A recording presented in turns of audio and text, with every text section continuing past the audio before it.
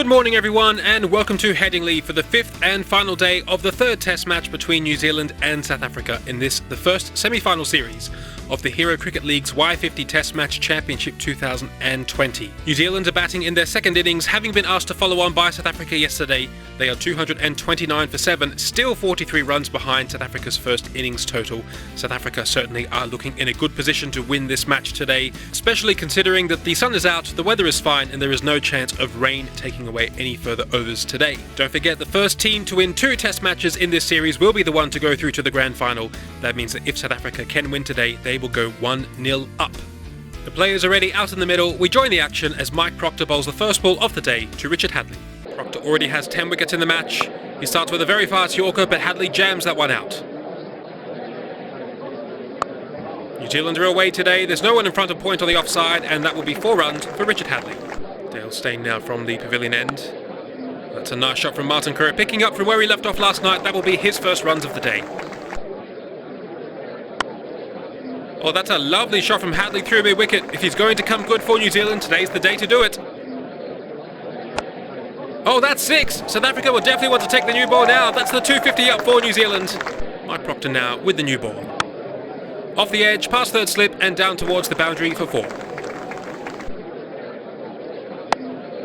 Oh, that's a lovely flick off the legs from Richard Hadlee. That's 4 more. This is Hadlee's highest score of the tournament so far. That's lovely bowling from Proctor. That's a lovely on drive from Richard Hadlee, and with that, New Zealand have the lead. This has turned into a nice partnership of 76. Oh, but it's all over now. Beautifully bowled by Rabada. A little inside edge from Martin Crowe. Boucher takes a nice catch. He's taken some good catches in this match, and Crowe is out. Caught Boucher, bowled Rabada for 85, and New Zealand are 280 for 8. And that single will take Richard Hadlee to his 50, his first 50 of the tournament, but it's been a very good innings, especially this morning. That's a beautiful line from Pollock. He's not had much luck in this match. Slashed away from Southey in the air, into the gap, and that will be 4. Oh, that's a lovely cover drive from Richard Hadlee. He's really got his eye in now. Outside edge, no one in the gully region, and that goes down to the boundary for 4 more. Okay, last ball of the over now. Tim Southey is on strike. Oh, that's beautifully bowled from Sean Pollock. They appeal to the umpire. Yes, that was plumb. Tim Southey on the back foot. He was trapped on the crease.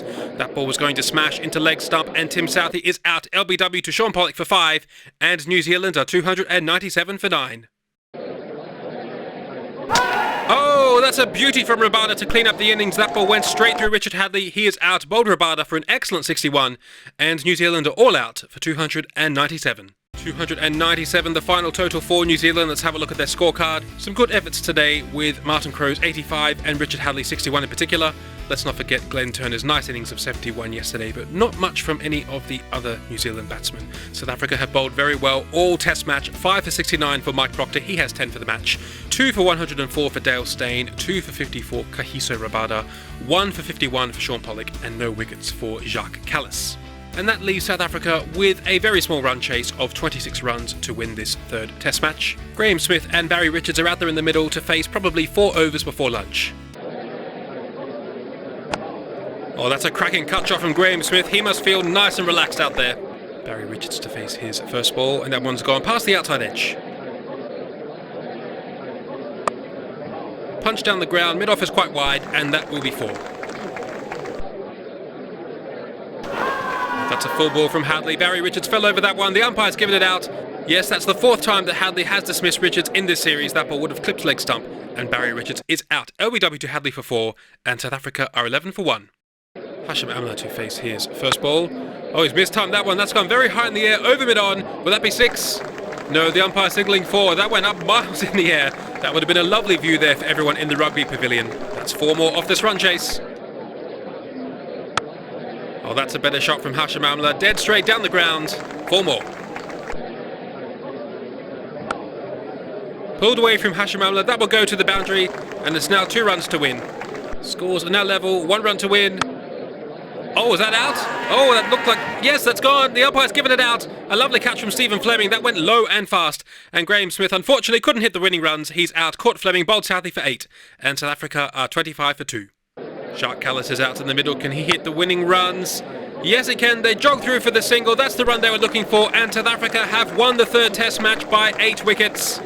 South Africa having no trouble of reaching the target of 26 runs. Let's have a look at their scorecard. They lost their opening batsmen Graham Smith and Barry Richards for 8 and 4, but they won't mind that. The taste of victory will be much too sweet. 1 wicket each for Richard Hadlee and Tim Southee. It's been a dominating performance by South Africa, losing the toss, being put in under very cloudy skies on the first day. Barry Richards and Graham Smith found a way to survive, allowing South Africa to build a big first innings total of 496, and then bowling New Zealand out twice for under 300, leaving them not much to chase in the fourth innings. With 10 wickets for the match, Mike Proctor is man of the match. Let's see what this does now for the championship. After 2 draws at Lords and Edgbaston, we finally have a win in this series.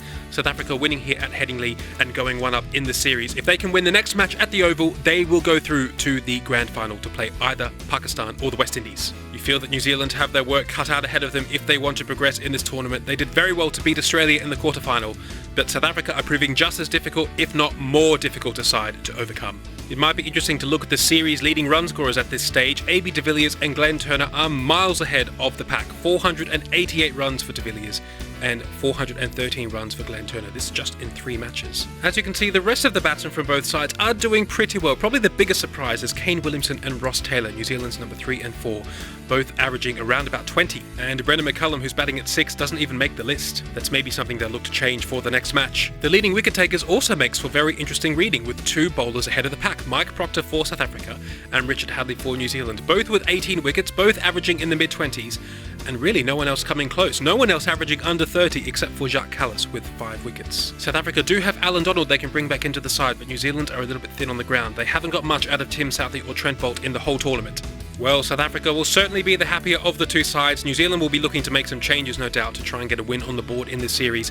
That's it from us. Do join us next week for the 4th Test match down at the Oval, and bye for now.